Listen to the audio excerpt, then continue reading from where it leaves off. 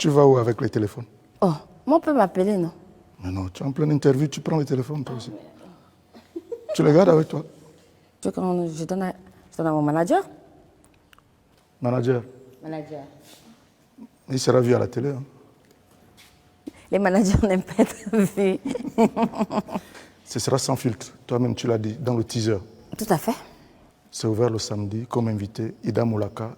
Ce sera sans filtre. Bon, il faut filtrer quand même un peu. On filtre un peu. On est quand même à l'église. À l'église aussi. On a l'église. Alors, pourquoi tu as tenu à ce que l'on vienne ici? Ici à l'église? Ici à l'église parce que Ida Moulaka commence ici. Mon père étant pasteur, on a grandi dans cette atmosphère ecclésiastique et ici sont mes racines. C'est-à-dire que la Ida Moulaka, artiste gospel, ministre du culte, la femme entrepreneur, la femme présidente d'association de femmes et tout le reste, la base, c'est ici. Parce que justement, quand ça se secoue dehors, je me refuge ici. Tu n'es pas né ici? Non, je suis née à Pana. Dans le Guélolo? Dans le Guélolo. D'accord. Le 4 mars, dans le Guélolo. Moi, je suis née en brousse. On ne demande pas à une femme, une aussi belle femme que toi, quel âge elle a. D'accord. Je peux quand même... Bon, et puis tu me souffles ça à l'oreille. Oh, ouais. Tu es ma fille. Quand même, hein? Tu es ma fille. Tu es ma fille. Tu es pasteur aujourd'hui? Oui. Il faut le dire, c'est-à-dire que je suis ministre du culte. Ici, on a des évangélistes, on a des pasteurs, on a des prophétesses, on a les diacres. Mais tous ne sont pas ministres du culte. Il y en a qui sont ministres du culte, donc ceux qui officient les cultes, qui prêchent, qui peuvent modérer, qui peuvent tenir une église. Et je suis dans cette catégorie. Tu es dans cette catégorie, laquelle des catégories? Ministre du culte, pasteur qui prêche. Donc tu montes souvent là, tu prends le micro et tu prêches la parole. Tout à fait. À quel moment Dieu t'a visité pour que tu fasses ça? C'est vrai que tu es la fille d'un pasteur, par conséquent, tu devrais forcément le devenir, mais il y a quand même une visitation de Dieu. À quel moment Dieu te visite? Alors moi, j'accepte le Seigneur, j'ai l'âge de... Tu l'acceptes d'abord? Oui, parce que c'est pas parce que papa est pasteur que le ciel m'est ouvert d'emblée. Chaque enfant de pasteur doit faire la rencontre du Seigneur. Et c'est quand tu rencontres le Seigneur, Dieu te parle, ou déjà depuis ton enfance, il y a déjà des paroles sur ta vie, et au fur et à mesure que tu grandis. Parce que pour être un chrétien, même si tu es l'enfant du pasteur, il faut que tu acceptes le Seigneur Jésus comme Seigneur et Sauveur pasteur. Et moi, je l'ai fait, j'avais l'âge de 9 ans, 10 ans. Tu n'étais pas trop jeune pour accepter? Si, c'est pourquoi quand j'ai eu 14 ans, j'ai refait la confession de foi, parce que là, j'étais déjà plus consciente et plus mature. Il y a quelqu'un, l'une de tes tantes, que j'ai rencontrée il y a quelques jours, qui m'a dit, tiens, Gabin, tu vas interviewer ma fille, ma nièce. J'aurais voulu dire un mot sur elle. Je lui ai dit, ok, il n'y a pas de problème. Qui ça? Attends, je vais... Tu sais... C'est quelle tata? T'en connais combien? Alors, mais ça dépend. On est tellement une famille nombreuse que Oui. je transpire même, hein? Ah ouais? En qualité de... Après? C'est quelle tata? Ça peut être Tata de mon côté. Tata Henri. Tata Henri. Alors, tu acceptes le Christ, tu deviens pasteur, tu officies. Papa, tout à l'heure, ton père disait, c'est toi la remplaçante, c'est toi qui vas le remplacer. Oh, entre griffes, ce n'est Il n'est pas... pas prêt à céder sa place. Ça n'a rien Il ne à va voir. pas te donner son église. Hein. Ça n'a rien à voir. Ça n'a rien à voir. Je suis la fille aînée, c'est vrai, mais chacun a son appel. Après, moi, je reste une femme, vous savez. Je vais peut-être aller en mariage. J'ai des petits frères. C'est selon que Dieu parlera à son serviteur que la succession se fera. Mais on n'en est pas encore là. Parlant de mariage, on va en venir tout à l'heure. Oh, faut laisser... Enfin, On a dit c'est sans filtre. Tu m'as accueilli si tu m'as dit, Gabin, oui, c'est sans filtre. Ce sera sans filtre, on va parler. Oui, non, mais je vais poser peut-être une seule question. D'accord. Juste une. Une petite. Une petite. Ok. D'accord. On va attendre Alors, que la tata décroche, mais je ne te montre pas qui c'est parce que... Oui, allô? Bonjour, Bonjour. Gabin Atiga, l'émission s'est ouverte le samedi. D'accord. Bonsoir, monsieur Gabin. Vous allez bien? Je vais bien, et vous? Mais comme je vous disais lors de notre rencontre, que je devais vous appeler, je suis avec votre nièce qui ne sait même pas, qui n'était pas au courant que j'allais vous appeler. C'est une belle surprise. Ouais. Ok. Elle dit c'est maman Clarisse. Oui, c'est maman Clarisse. Ben voilà, c'est maman Clarisse. Un mot sur Ida, c'est vous qui l'avez élevée? Bien sûr, bien sûr. Je suis sa maman. Je suis la cadette à son papa, mais chez nous, tous nos enfants nous appellent maman. On ne connaît pas les tantes, non, pas les tantes. C'est maman, maman, maman. Donc c'est ma fille, bien évidemment, je l'ai élevée. Au moins, comme je vous disais le matin, au moins jusqu'à 20 ans. Elle était avec moi. Et jusqu'à ce qu'elle est déjà grande femme, on est toujours en contact. Toujours. Il ne se laisse pas passer au moins 1 ou 2 semaines sans qu'on s'appelle. Voilà, donc c'est un peu ça. Quel était son comportement? Quand elle était très jeune, comme je vous disais, c'était une fille très calme. Une fille très calme. Elle était vraiment très calme, toujours un peu solitaire. Elle passait plus de temps dans la chambre. Parfois, elle blaguait avec ses frères, mais elle passait plus de temps dans la chambre. Elle écoutait toujours sa musique et c'est même à partir de là même, je disais toujours que cette petite-là, elle est tout le temps à la chambre, toujours en train d'écouter la musique, toujours en train d'interpréter la musique qu'elle écoutait. Et je pense bien que c'est à partir de là même que ce don-là a eu le jour, jusqu'à maintenant. Maintenant qu'elle est... Pardon? Oui, je disais maintenant qu'elle est ministre du culte. Ça ne vous étonne pas? Non. Elle a été élevée dans un milieu chrétien? C'est pas étonnant parce que non seulement elle est née dans un milieu chrétien, comme je vous disais, sa grand-mère qui fait notre défunte maman, était une grande chrétienne. Elle était une grande chrétienne, une servante de Dieu également, et elle chantait beaucoup. Vraiment, je crois qu'elle a pris ça d'elle. Elle chantait beaucoup. Elle priait également.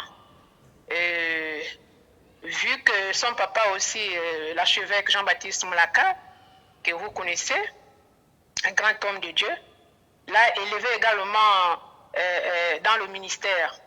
Donc, ce n'est pas vraiment étonnant qu'elle soit aujourd'hui ce qu'elle est. Ce n'est pas vraiment étonnant. D'accord. Madame Clarisse, étonnant, oui. Oui. Merci encore de s'être prêtée à ce jeu de questions-réponses. Oui. Et nous vous disons bonne journée surtout et bien de choses à vous. Merci. Merci à vous également et bonne continuité. Merci et bonne journée. Merci. C'était une surprise. Hein? Tu as eu chaud. Oh. Alors là, vous avez eu. Mais comment vous avez fait en fait? Parce que ils ne sont pas à Libreville. Elle n'a pas gentil en ce moment. Oui, effectivement. Après, il ira à Makoko. C'est grâce à ce monsieur-là. C'est lui l'enquêteur, Dieu de Nokumba. C'est lui qui a mené l'enquête. Alors là, j'ai eu chaud. Voilà. Alors, revenons à nos moutons. Tu es une femme. Quel est ton regard sur la gente féminine comme toi? Il y a une image qui passe en ce moment sur les réseaux sociaux où une jeune dame s'est fait... Tuer? Non, pas tuer, s'est fait taper, frapper au niveau de l'université Omar Bongo Liobé par un taximan. On va dire violence faite aux femmes. Quel est ton regard justement sur la thématique? Mais dès qu'on parle de violence faite aux femmes, vous rentrez vraiment dans le combat que nous menons. Vous savez, il y a longtemps, on a dit la place de la femme, c'est la cuisine. Et ce rôle-là nous rendait soumises. Ce rôle-là faisait en sorte que, même si on subissait des violences, on n'avait pas le droit de venir se plaindre. Parce que pour la petite histoire, vous savez, pour celles qui sont mariées par exemple, c'est hier maintenant que, c'est même aujourd'hui, je vais dire que si une femme vient se plaindre chez ses parents que mon mari me bat, les parents vont quand même écouter. Parce que tout le monde en parle maintenant. Mais jadis, la femme qui partait se plaindre chez ses parents que mon mari me bat, même si elle vient en sang, on va lui dire que retourne chez ton mari. La femme n'avait pas assez de protection. La loi n'avait pas mis en place des mécanismes pour protéger la femme, alors que les femmes subissent des violences. Et ce n'est pas étonnant qu'un taximène se mette à frapper une femme en pleine rue et que les gens ne viennent même pas au secours de cette femme. Ils préfèrent prendre leur téléphone pour relayer sur Internet. Vous voyez, la femme a besoin d'être protégée et c'est dans tous les termes. C'est vraiment dans tous les sens du terme. Que ce soit dans son foyer, que ce soit dans la vie professionnelle, même dans la vie ecclésiastique, la femme doit être protégée. Parce que c'est vrai, elle est l'être faible, mais ce côté faible-là a fait en sorte que les hommes puissent vraiment dominer à un point où même elle perd son estime de soi. Et c'est le combat que nous avons aujourd'hui. C'était une transition pour entrer dans ton histoire, qui a fait tant de bruit l'année dernière. Tu l'as vécu. Tout à fait. C'était une histoire réelle, tout ce que nous avons entendu et vu sur les réseaux sociaux. Écoutez, il y avait du réel, il y avait du faux, tout ce qui est tout compte fait, l'histoire était là. Et je n'ai pas apporté un droit de réponse parce que je ne trouvais pas utile de le faire. Et j'avais des personnes autour de moi à protéger. Je n'ai pas voulu enfoncer le couteau dans la plaie. Et quel regard donner? C'est aussi une forme de violence. Vous comprenez? Aucune femme ne le mérite. C'est aussi une forme de violence. Mais c'est passé. L'acte avait été posé. Tu avais posé l'acte que nous avons vu ou entendu. Quel acte? Quel acte? Parce qu'il y avait beaucoup d'actes. Il y avait l'adultère.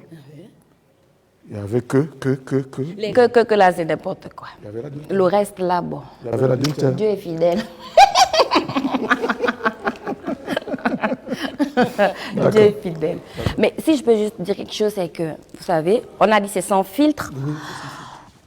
Il faut juste vous dire, si une femme légalement mariée arrive jusqu'à ces extrémités, c'est qu'il y a quelque chose au fond.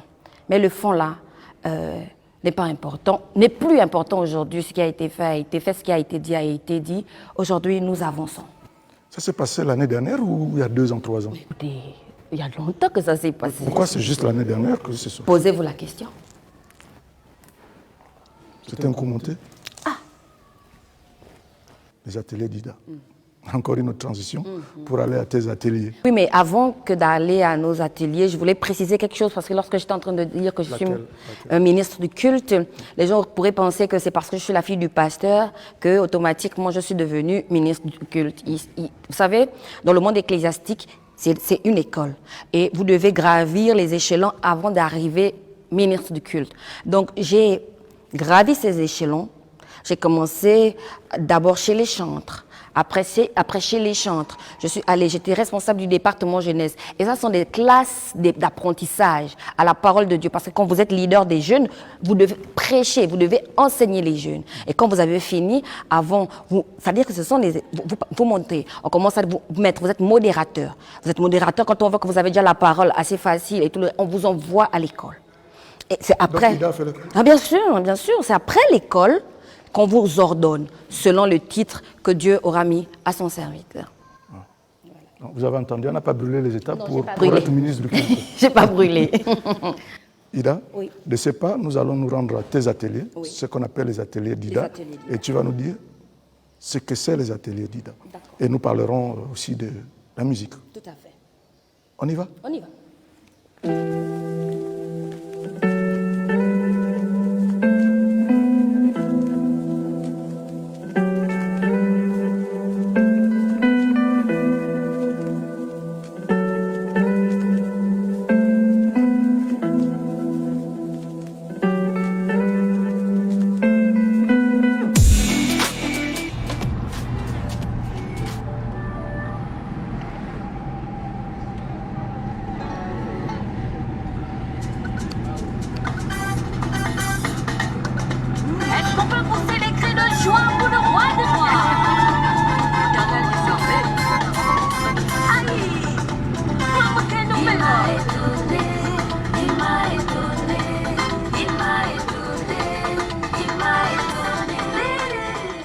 Tu es très recherché, hein, Je le reconnais. depuis cette histoire. C'est comme un projecteur qui éclaire dans le noir. Qu'est-ce qu'ils te veulent? Comment? Qu'est-ce qu'ils te veulent? Je n'en sais rien. Ici, nous sommes aux ateliers d'IDA. Tout à fait. C'est quoi les ateliers d'IDA? Alors, les ateliers d'ITA, c'est une ONG, une association qui regroupe des femmes et même des hommes, chrétiens et non chrétiens. Mais à la base, nous sommes une association chrétienne à but non lucratif. Nous prônons le développement économique, social, spirituel de la femme. Nous aidons la veuve et l'orphelin. Nous sommes au chevet des femmes atteintes du cancer du col de l'utérus et du sein. Nous sommes dans les micro-projets. Nous aidons les femmes à entreprendre parce que c'est vraiment notre cheval de bataille. Et surtout, nous sommes dans l'autonomisation de la femme. Nous voulons des femmes autonomes. Concrètement, ça se passe comment sur le terrain? Comment vous faites? Pour les malades, pour les femmes entrepreneurs, comment vous faites? Alors déjà, sur le terrain, parce que nous sommes beaucoup plus sur le terrain que dans les bureaux, nous récoltons des dons. Nous récoltons des dons Qui et... viennent d'où? Qui viennent d'où? D'où viennent nos dons? Oui. Écoutez, nous sommes déjà une association. Au sein de notre association, on a près de 300-350 femmes déjà qui sont inscrites et qui sont ponctuelles dans tout ce que nous faisons. Donc, nous-mêmes, nous récoltons les dons que nous-mêmes, membres de l'association, pouvons déjà... Nos contributions. Ensuite, nous lançons des appels sur notre page des ateliers d'IDA Relais parce que la première page a été piratée. On était déjà près de 20 000 membres. Et donc, nous récoltons ces dons. Mais avant de récolter les dons, nous allons d'abord cibler le besoin. Nous partons sur le terrain. Nous allons à la rencontre des personnes que nous voulons aller donner les dons. Nous tenons compte de leur situation. Et c'est par rapport à leur situation que nous ciblons nos dons. Et donc, quand le jour de la remise des dons arrive, les équipes se mettent. Nous avons des véhicules, des bus qui nous accompagnent. Et nous partons, nous remettons ces dons. Vous êtes satisfaite du travail que vous menez sur le terrain? Oui, parce que nous le faisons à fond propre. Nous ne sommes souvent subventionnés par personne. Toutefois, il y a des personnes, quand nous lançons l'appel sur les médias, des personnes de bonne volonté qui peuvent appeler et veulent rester dans l'anonymat, qui donnent leur contribution. Mais nous sommes satisfaits parce que la plus belle femme ne peut donner que ce qu'elle a. Et le peu que nous avons, c'est ce que nous donnons. Et nous sommes satisfaits de ça. Éduquer une femme, c'est éduquer une nation. Tout à fait. Vous faites aussi dans l'éducation? Tout à fait. Parce qu'au sein des ateliers d'IDA, comme on vous a dit, nous sommes dans l'autonomisation de la femme. Et qui dit autonomisation dit recyclage, dit formation. Il n'y a pas de développement sans formation. Et pour que la femme soit une femme qui est dans l'ère dans laquelle nous sommes, parce que vous savez, la technologie évolue, il faut un recyclage à chaque fois. Nous parlons d'autonomisation, il faut qu'on adapte nos femmes aux standards de la technologie présente. Donc nous organisons des masterclass sur l'entrepreneuriat, nous organisons des séminaires sur comment garder son époux, comment entretenir sa maison. C'est important. Oui, il le faut. Mais nous les femmes, nous relevons quand même quelque chose. C'est qu'on enseigne beaucoup à la femme comment garder son époux, mais il n'y a jamais eu des séminaires où on apprend à l'homme comment garder, parce que tous les problèmes qu'on a aussi émanent des hommes que nous sommes. Justement, vous parlez des hommes, de l'homme masculin, sexe masculin.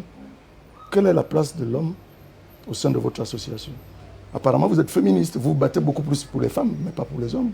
Vous devrez vous battre pour tout le monde. Nous nous battons pour tout le monde. La preuve est que nous avons des orphelinats, par exemple, à Port-Gentil, que nous, chaque fin de mois, nous ravitaillons en vivres et tous les produits de première nécessité. Il y a un orphelinat spécial hommes et un orphelinat des filles. Nous commençons à éduquer donc ces enfants, ces garçons, à comment garder la cellule familiale, à comment prendre les responsabilités d'hommes. Vous savez, il y a beaucoup de dérapages parce que et la femme et l'homme, chacun a démissionné. Nous avons des enfants dans la rue parce qu'il y a des parents qui ont démissionné. Mais on met notre société met toute cette charge sur la femme, alors que l'homme a aussi besoin d'être éduqué. L'homme a aussi besoin d'être enseigné. Mais dites-moi, monsieur Atiga, on organise un séminaire des hommes, comment gérer la maison. Combien vont assister? Ah, vous riez, vous voyez. Combien vont assister à ce séminaire? C'est inné, nous on sait comment garder une famille. C'est inné. Oui, c'est à nous. Tout naturellement. Ça fera l'objet d'un autre débat, M. Atiga. Très prochainement. Alors, Ida est un exemple pour ce type d'atelier. Éduquer une femme, comment tenir son foyer. Écoutez, je dis souvent aux femmes avec qui je suis, je sais pourquoi vous me posez cette question. Je dis souvent aux Parce femmes... que je suis sûr que ceux qui nous regardent doivent se poser la même question. Oui, Ida est un exemple aujourd'hui, encore plus qu'hier. Je veux dire pourquoi. Parce qu'une femme qui a déjà traversé certaines étapes dans sa vie a une vision différente de celle qui n'a pas encore vécu les étapes que moi j'ai traversées.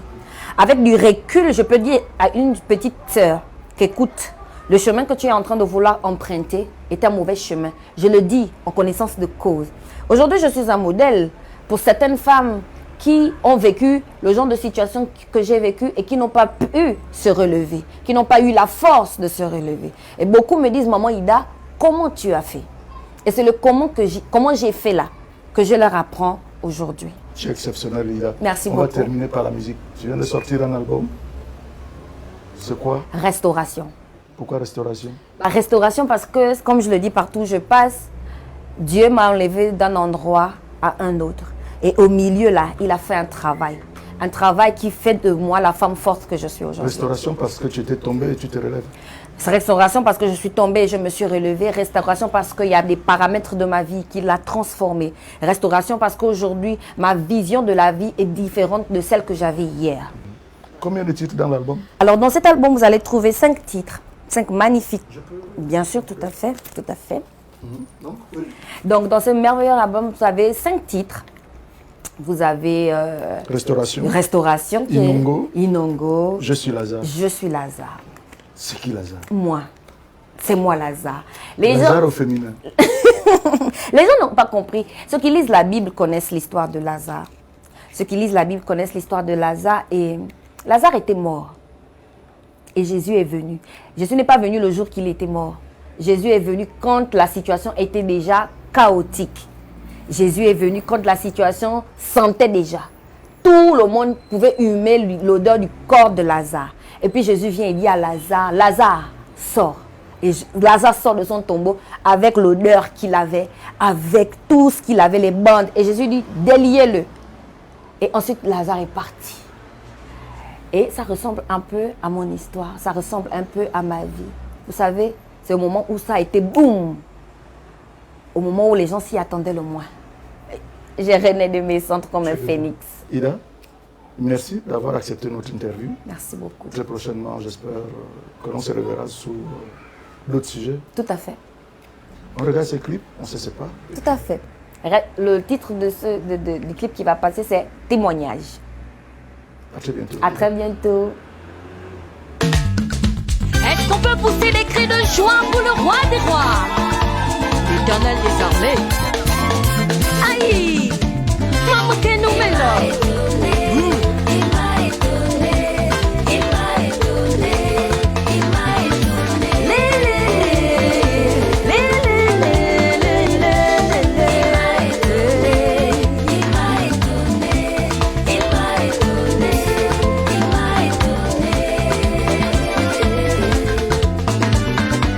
Au début je n'y croyais pas, je n'y pensais pas, mais Dieu m'a étonné. À mon chimère ou ton mimbondo, à mes chimères ou ton ma papa, j'ai longtemps rêvé.